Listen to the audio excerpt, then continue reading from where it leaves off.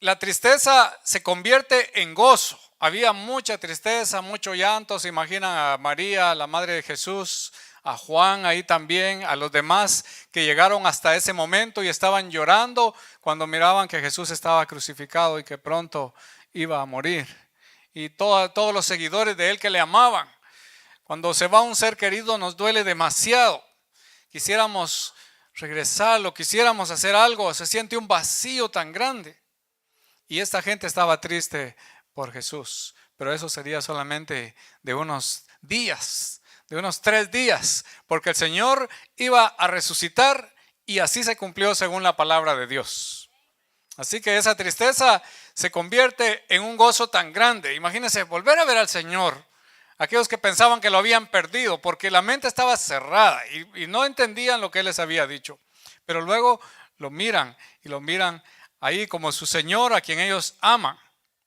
Cuando se declaró la muerte de Dios, ustedes saben esto, ¿verdad? Que algunos ahí un poquito zafados de la mente, desquiciados de la mente, en una ocasión declararon la muerte de Dios. Gente de ciencia, gente que dice que sabe mucho, pero como Martín Lutero, el reformador, le llamó la cochina razón, porque la razón es sucia, la razón nos entorpece, nos lleva por otro camino. Y estos declararon la muerte de Dios. Y cuando pasó esto en una parte en Europa, entonces en otros países a donde llegó la noticia, como este país, todo el mundo andaba triste. Imagínense cómo es la mente. Estaban llorando muchos, dice, murió el Señor, murió Dios. Qué cosa, ¿verdad? Y entonces, pero siempre hay unos que piensan diferente, que piensan con la mente del Señor. Y esa gente inventó algo y pusieron unos rótulos allá atrás de su carro y decía, Dios no ha muerto, yo hablé con Él esta mañana. Porque lo siente uno, ¿verdad? Cuando habla con Dios, lo siente. ¿Cuántos sienten a Dios cuando hablan con Él? ¿Cuántos se ríen con Dios? ¿Cuántos gozan la presencia del Señor? Bueno, si no lo ha sentido, yo lo siento mucho por usted. De veras me da mucha pena, pero yo quiero que usted lo sienta, porque es algo muy especial. ¿Sabe por qué? Porque entramos en una comunicación con alguien que nos ha creado con su propia imagen. Dios no está allá, Dios está aquí, Dios está ahí en usted. El Señor vive, el Señor ha resucitado. Muy bien, estamos atentos, ¿verdad? Entonces, ¿sabe que la resurrección del Señor asegura algo muy importante? ¿Sabe qué asegura la resurrección? Asegura que el Padre Celestial aceptó el sacrificio de Jesús como válido para nuestra justificación. Eso significa que el sacrificio de Jesús es el que nos puede quitar y limpiar todo pecado y toda culpa. Todo pecado. ¿Cuántos pecados cometidos? ¿Cuántas ofensas? Pero el sacrificio de Jesús nos puede limpiar. Usted sabe cómo es limpiar, ¿verdad? Agarre una tela que está sucia, que está manchada, y la lava con el mejor detergente, con el mejor jabón y la limpia. Y esa tela queda limpia. Pues Dios emblanquece nuestra vida con la sangre de Jesús. Cada día hay manchitas que quitar. Cada día hay pecados que confesar y que el Señor nos perdona. Esto es el Evangelio. Esto es la buena noticia. Que venimos a Él y Él nos recibe. Cada día nos recibe con amor, con sus brazos abiertos. Él nos recibe. ¿No se alegra usted por eso? Es que, ¿acaso usted no se alegra si su papá o su mamá le recibe con un abrazo? ¿Acaso usted no se alegra si una persona le recibe con mucho cariño? Pero el cariño de Dios es más grande. Siéntase amado y amada por Dios. Ahora, una cosa importante. Nosotros tenemos algo que es lo que hace la vida cristiana muy clara. Y es la palabra de Dios. Esta palabra hace la vida cristiana de una manera tan sencilla que uno la puede entender. Porque esto nos dice el plan de Dios. Esto nos dice que la Biblia había prometido que Cristo vendría.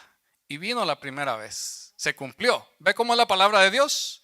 Nadie lo puede negar. Hasta los ateos usan eso que dice antes de Cristo y después de Cristo.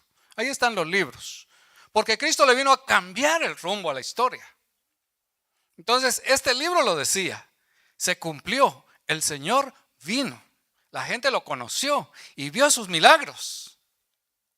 Pero el Señor mismo dijo, y voy a venir otra vez. Es decir, la palabra lo está diciendo. Por eso les digo, así es.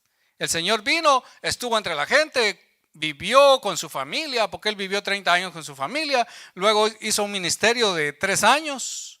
Después se fue a la cruz, así como la palabra lo decía. Lo decía tan claro, por ejemplo, en Isaías 53. Como un cordero Él va a ser llevado al matadero. Y Él fue llevado allí a la cruz. No por sus pecados, sino por los suyos y por los míos. Aunque muchos no lo quieren aceptar, pero Dios le dice, ¿sabes qué? Mi hijo ha pagado por ti. Si tú no quieres aceptar ese pago, pues quédate con tu deuda. Pero Él ya lo ha pagado.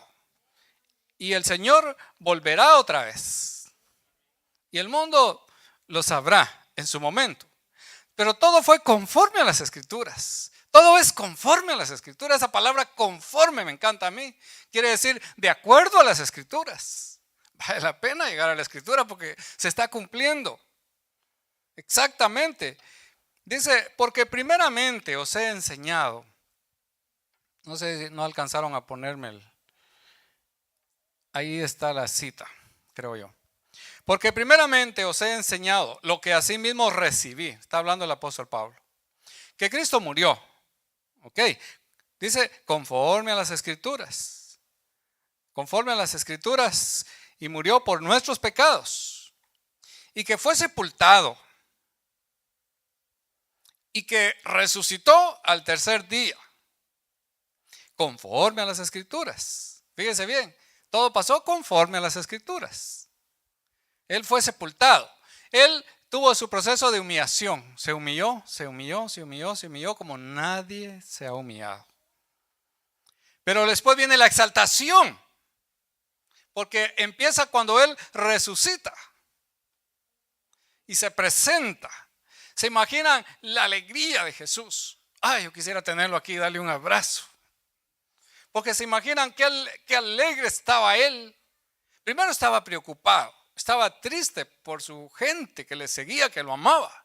Pero luego, qué alegría sentía el Señor cuando Él dice, bueno, he resucitado. Y ahora, Él tenía un plan para manifestarse también a la gente. Uno puede leer las partes de la Biblia que hablan de cómo Él se manifestó a la gente. De hecho, lo vamos a ver. Él tenía un plan para manifestarse. Cuando usted quiere darle una sorpresa a alguien, ¿cómo lo hace? La prepara, la estudia, pregunta. La inventa muy bien porque quiere sorprender. Ojalá que sean buenas sorpresas, ¿verdad? Dicen que cuando los matrimonios ya están viejos se olvidan las sorpresas. La única sorpresa puede ser una ahí para lo malo, ¿verdad?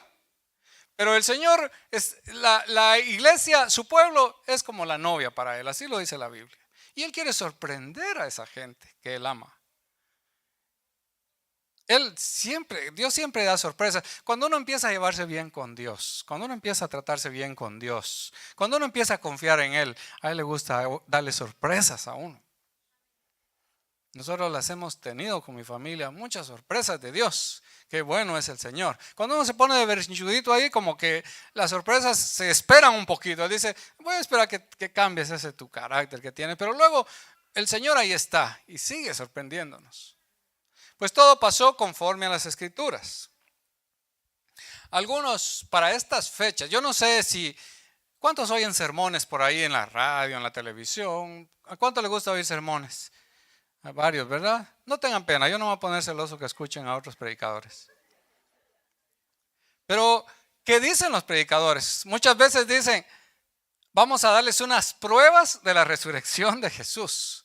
Porque por ahí están los agnósticos, los que no creen, los que dicen es que no se puede comprobar. Entonces los predicadores les adivinan, porque así somos los predicadores, tratamos de adivinar las preguntas de la gente para dar las respuestas conforme a la Biblia. De eso se trata. Entonces ellos dan pruebas de la resurrección del Señor.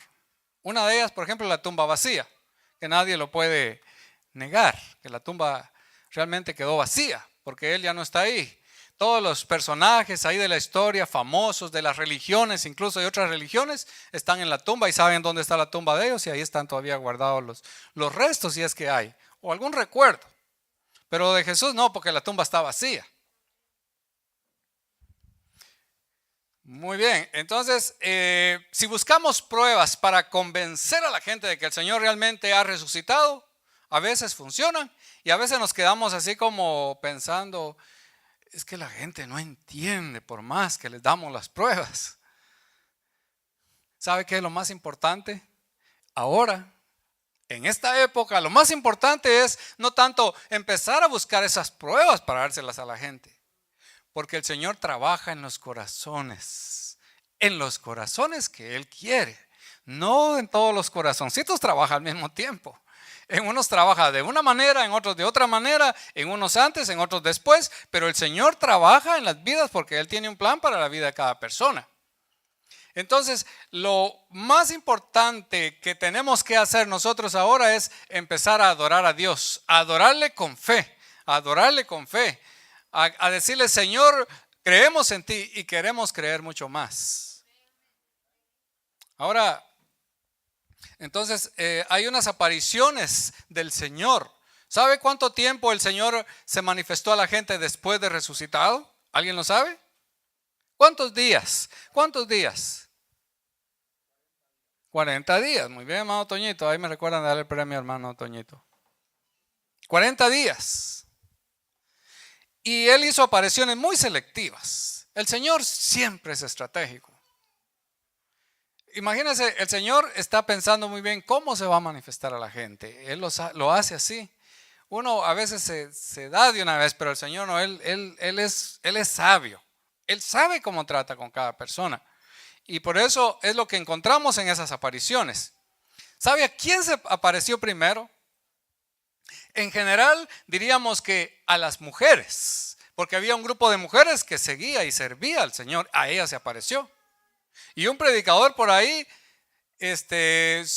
dijo unas palabras que le ofendieron a las mujeres presentes y tal vez hoy les va a ofender a ustedes también. Pero él dijo, ¿por qué se manifestó el Señor a las mujeres primero? Primero, exactamente ahí al inicio está María Magdalena, de la que él echó 7 demonios. Hay una conexión ahí. Los evangelistas se encargaron de darnos ese dato de que se manifestó a María Magdalena. Una mujer pecadora. ¿Quién no es pecador, verdad? Pero ella era muy, muy distinguida por las cosas que hacía. Y el Señor había dicho, al que más se le perdona, más agradece. Ella tenía una conexión con el Señor. Ella amaba al Señor. Tanto que cuando ella llegó ahí, las otras mujeres llegaron con ella al sepulcro, iban para ungir un cadáver. Porque no habían captado todavía la lección, iban a ungir un cadáver. Ellos llevaban las especias aromáticas para ungir al Señor. Pero ahí ya no había un cadáver, el Señor había resucitado y se presenta a ellas. Y esta persona decía, se le presentó a las mujeres porque había que divulgar muy rápido la noticia.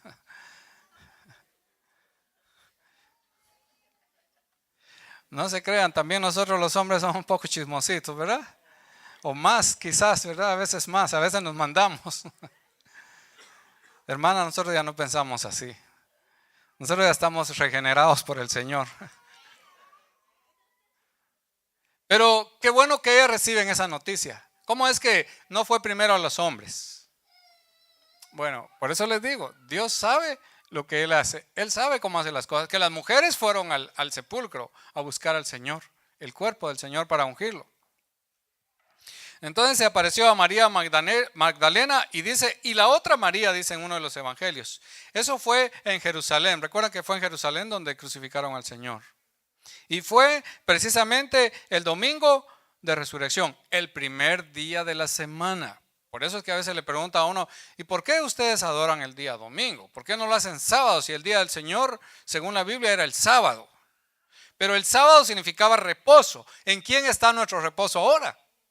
En el Señor. Él es nuestro. Dice Él, vengan a mí y descansen. Entonces, Él resucitó el primer día y ahí es donde nosotros adoramos. Algunos se han confundido un poquito y dicen, no, pero es que el primer día es domingo y el domingo lo estableció una iglesia por ahí que es una iglesia antagónica a lo que realmente es el evangelio. Pero no es por eso, es el día de la resurrección. Es el día que nosotros venimos para adorar. Tristemente, y lo digo siempre con tristeza y con sinceridad ante ustedes, el domingo lo hemos tomado para otra cosa. Antes, todas las iglesias que sabían que el Señor estaba vivo y que había resucitado ese día, ahí estaban adorando al Señor. Dice que las calles estaban vacías, las iglesias estaban llenas porque hay casi una iglesia en cada esquina. Y uno se pregunta, ¿y por qué tantas iglesias? Pero ahora usted va al día domingo y algunas hasta están cerradas, ya las arañas han hecho sus telarañas ahí en las puertas. ¿Qué ha pasado? La gente ha cambiado realmente, la gente ya no está en la escritura. Ya no está viviendo el evangelio, ahora está viviendo otra cosa. Pero ese es el día de la resurrección. También se apareció a María Magdalena, otra vez ella, en el huerto en Jerusalén y el domingo de resurrección. María Magdalena, imagínense, ahí está. Y a 2 personas que iban a Emaús en Jerusalén. Se les apareció ahí el domingo de resurrección. Estas 2 personas son bien típicas, porque ellos iban hablando ahí por el camino. Alguien decía, cuando la gente ya se empieza a olvidar de Dios, empieza a dudar de las cosas de Dios, se regresa a su aldea. Ellos iban para Emaús, para su aldea. Ya iban de Jerusalén. En Jerusalén era el centro de la adoración a Dios. Pero ya dijeron, bueno, ok, Jesús fue grande, fue poderoso, como lo dice esa lectura que leímos. Él hizo cosas grandes, pero acabó así. Ellos dicen, ahí terminó todo. Así que hacen su maleta y se van de regreso a la aldea. Y este predicador decía, muchos ya van de regreso para la aldea, porque ya perdieron la fe en el Señor. El Señor está vivo, pero ellos ya perdieron la fe. Pero a esos 2 caminantes que están ahí ya olvidándose, volviendo a su rutina, el Señor se les aparece. Pero el Señor no es muy...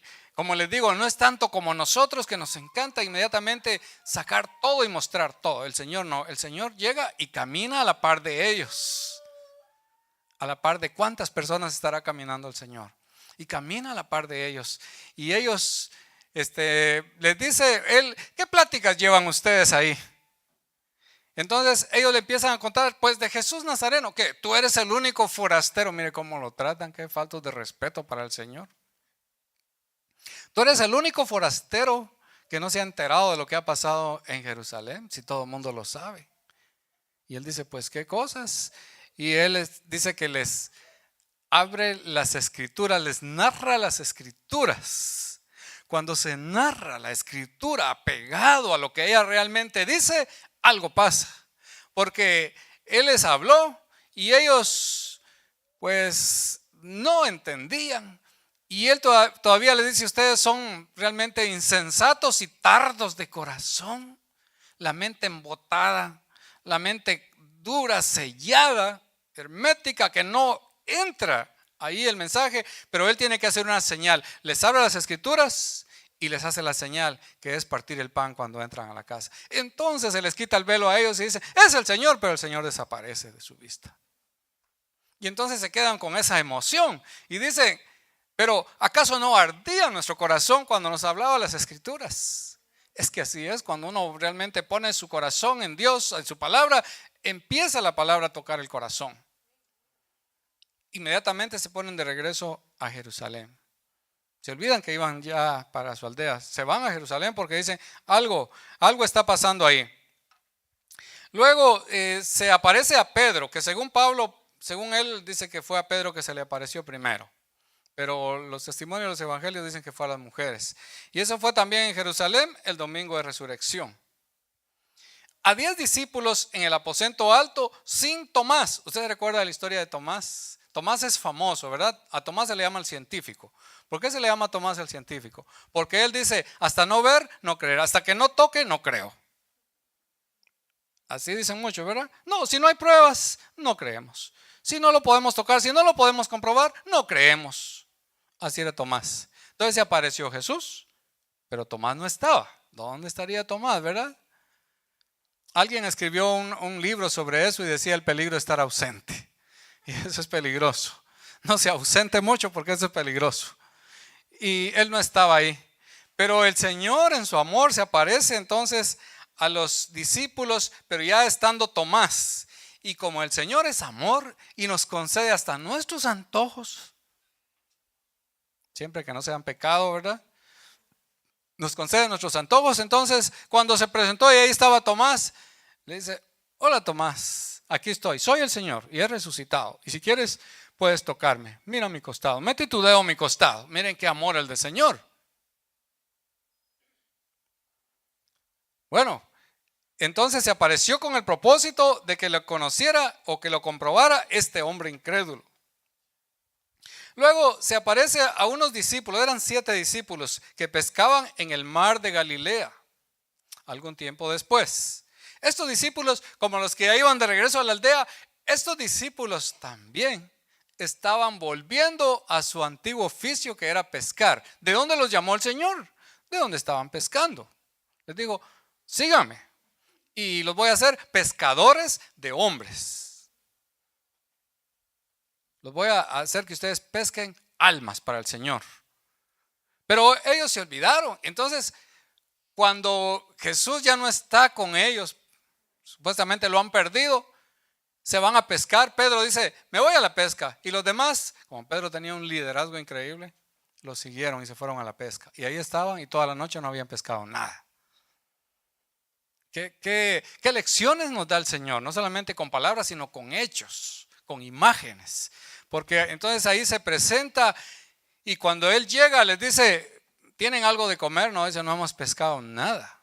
Toda la noche hemos estado. Y Él les da la orden que tiren ahí a la derecha la red y la tiran y sacan muchos peces. Era realmente el propósito del Señor, ayudarlos a ellos para pescar. Les dijo: miren, ustedes van a seguir pescando y van a tener suerte para pescar. Yo sé que aquí hay algunos pescadores y qué bonito se siente cuando uno empieza a pescar, a agarrar un país, los primeros, cuando se mueve el anzuelo, ¿verdad? La caña. Qué bonito se siente. Y ellos vieron esa bendición de esas redes llenas de peces grandes. Hasta el número de los peces da ahí la palabra. Y ellos se emocionan. Pero Pedro, hasta dice la Biblia, miren cómo da los detalles la palabra del Señor. Dice: Pedro estaba desnudo, se había quitado su ropa porque así pescaba él, así era su estilo. Y bueno, no tenían sus pantalonetas apropiadas en ese tiempo, ¿verdad? Y como estaba entre otros caballeros, pues él así estaba pescando. Pero cuando se dio cuenta que era el Señor, se puso su ropa y dijo: es el Señor.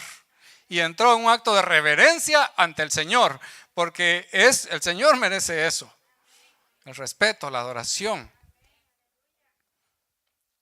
Y claro, dicen ellos: el Señor ha resucitado. Ahora también se aparece a los 11 discípulos en el mar de Galilea algún tiempo después. Esa es otra aparición. Sabe que en esta aparición es muy importante. En esta aparición es importante, todas son importantes, pero es que en esta les da una comisión. Dice: bueno, si yo he hecho todo por ustedes, si yo he dado mi vida por la humanidad, si yo he pagado por los pecados de la humanidad, si he resuelto el problema, ¿quién lo va a anunciar? ¿Quién va a dar este mensaje? ¿Otros?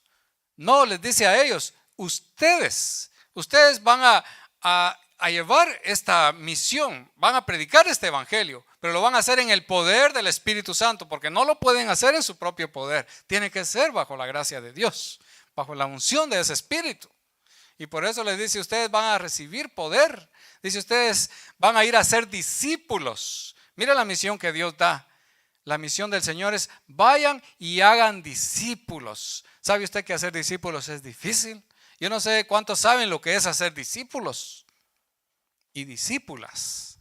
Algunos saben lo que es dar el evangelio y bueno, pescar ahí, traer a esas almas. Eso lo saben algunos.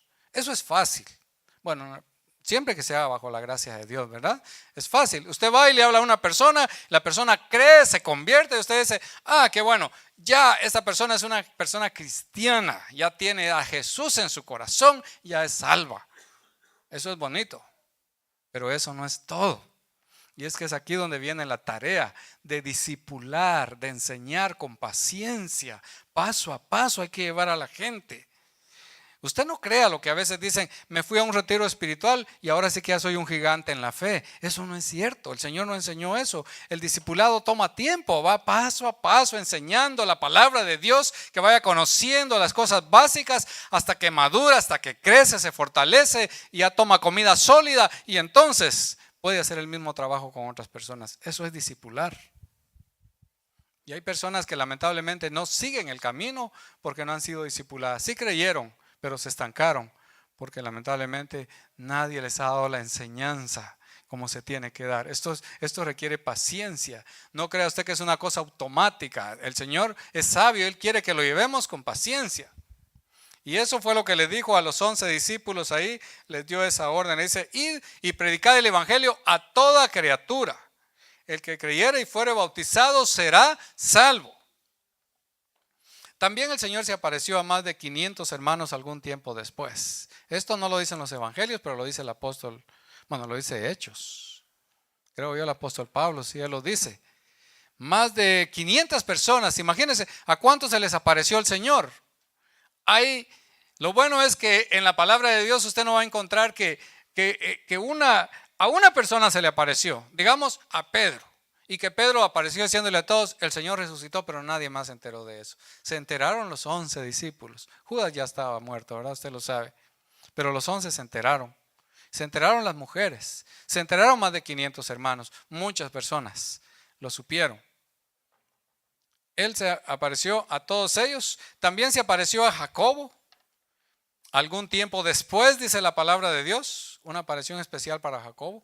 A sus discípulos también en el Monte de los Olivos, 40 días después de la Pascua. Y es ahí donde ellos le hacen una pregunta al Señor. ¿Recuerda usted esa pregunta que ellos hacen cuando les dice, ¿restaurarás el reino a Israel?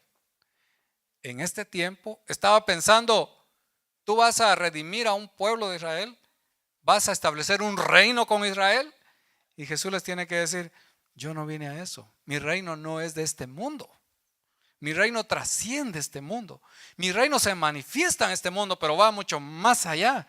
Yo he venido para que ustedes pertenezcan a este reino de paz, de amor, de gozo, de reconciliación.